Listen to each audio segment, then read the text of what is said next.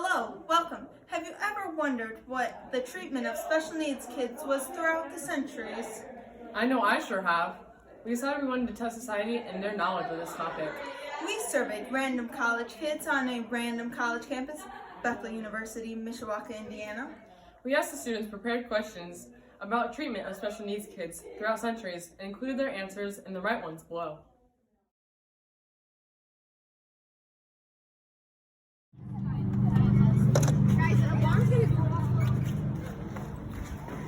In what century did the first deaf school open? The 19th century? Correct! The American School for the Deaf was founded in Hartford, Connecticut. Hey, you random college student! Was Columbia Institution the first college in the world established for people with disabilities? True or false? Correct! Hey, you! Hey. How did schools in the 1800s operate with their special education students? They did not treat them fairly. True. Most of these facilities focus on restraining and controlling their patients, not on treatment or therapy. Really?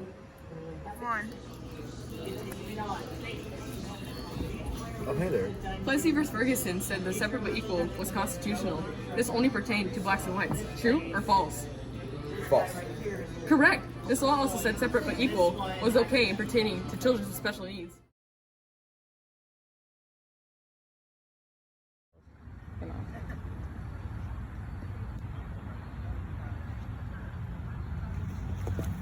Who fought for special education rights? Was it themselves, no one, their parents, or school administrators? Parents. Yes, you're absolutely correct. The first advocacy groups to fight for quality special education were made up by parents.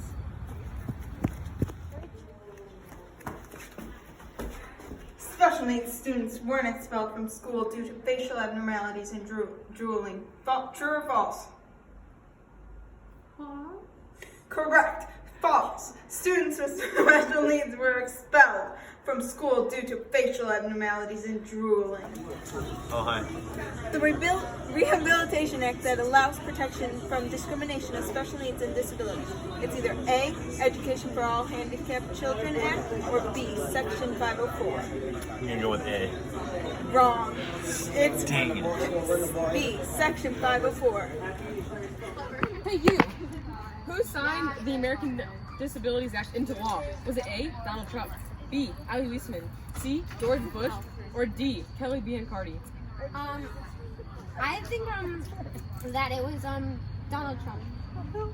Wrong! It was George Bush. Okay.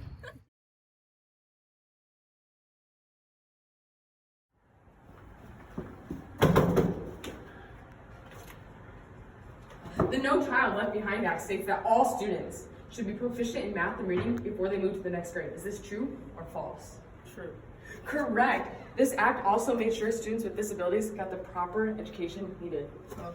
Since 2000, average test scores for students with disabilities increased by more than A, 7 points, B, 2 points, C, 100 points, or D, 20 points. I'm gonna go with D, 20 points. Awesome! Hello, random stranger. Was the idea ever reauthorized? Yeah. And you're absolutely correct. The IDEA, which stands for Individuals with Disabilities Education Act, provides public education to students with disabilities throughout the nation and makes sure special education and related services are provided. Hey, you, random college kid. Are students with disabilities treated more fairly today than they were in the past? Yes. Correct. Students with disabilities are given far more opportunities now than in earlier years. Students with disabilities are more included with the other kids. Thanks.